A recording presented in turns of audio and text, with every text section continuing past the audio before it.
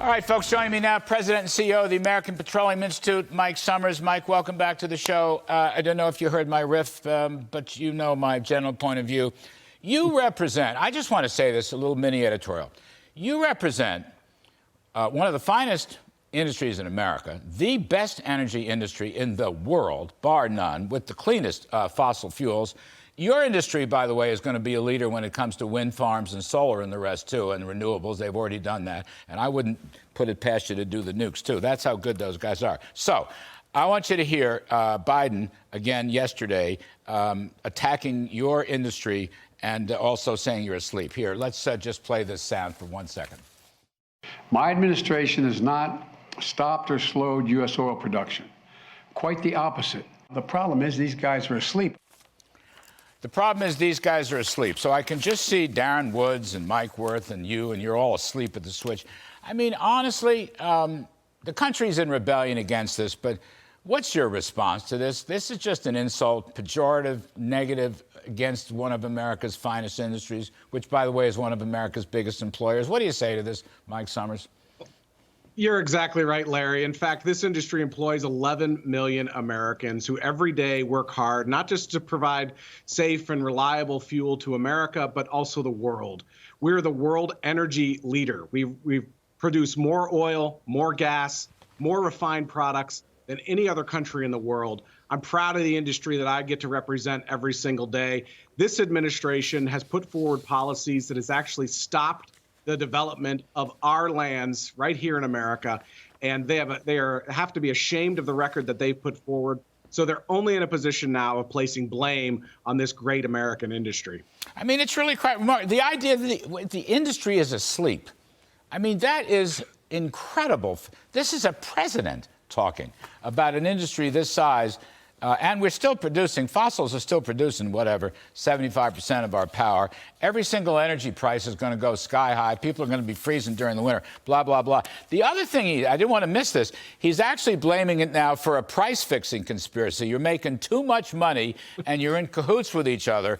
Whatever happened to Putin's war? I mean, none of this makes any sense. And we played the riff, we played the tape earlier in the show, how he campaigned to close down fossil fuels. Now, all of a sudden, he's saying, oh, we're increasing production under me? That's just nonsense. It's duplicitous. Well, as you know, Michael Jackson once said, you have to look at the man in the mirror. And the truth of the matter is that this administration has put forward policies from the very first day of the administration, where they were shutting down both the Keystone XL pipeline, leasing and permitting on federal lands. In fact, that has only continued. In fact, this administration has put forward less leasing on federal lands and federal waters than any administration since World War II. So they need to look at their policies. They don't need to look at this great American industry, which continues to produce, continues to develop resources for Americans' use. We have a plan here at the American Petroleum Institute to produce more. We've given this to the administration. It's 10 common sense ideas called 10 and 22 that will actually produce more American energy here at home and provide for energy security and lower consumer costs. But they wouldn't want to actually pursue those policies. They'd rather place blame. Yeah, political blame. You know, Mike, a while back, due to my age infirmities, I can't remember, we have you on all the time and you're so great. We were talking on the show about how the great American energy industry has gotten us through World War II and other wars and has taken care of this country during crises and natural disasters. I mean, this is a great, patriotic, quintessential American industry. You know, you can see the line workers and the hard hats and the construction and the pipelines. And there he is insulting it just because of this.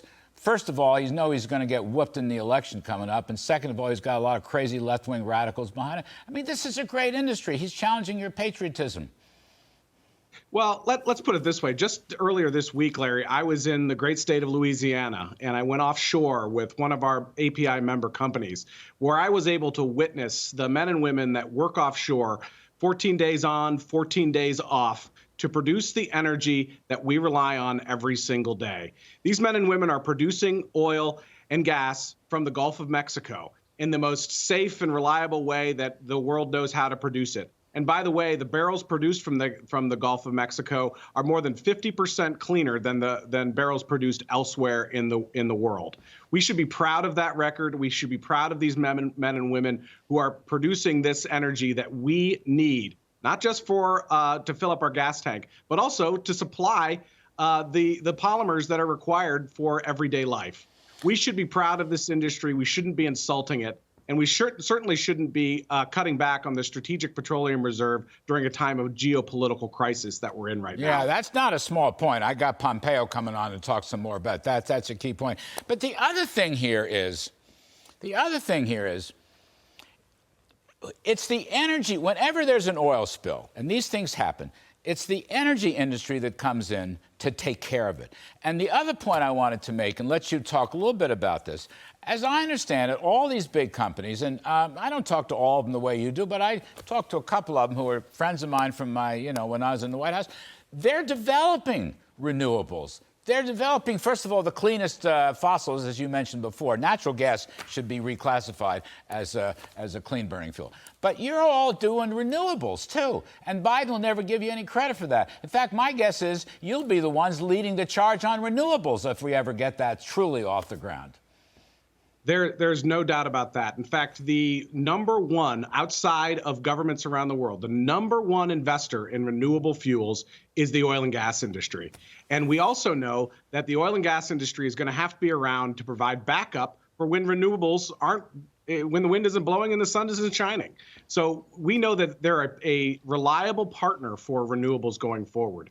We also know that the International Energy Agency also says that 50% of our power is going to be coming from oil and gas in 20 years from now. So the only question that lawmakers should be answering right now is where that oil and gas is going to come from. We think it should be coming from the United States, not from regimes that are hostile to American interests. Yeah, well said. Mike Sommers, API, thank you, buddy. I appreciate your point of view. Great to be Appreciate with you you, helping Larry. us out. You bet.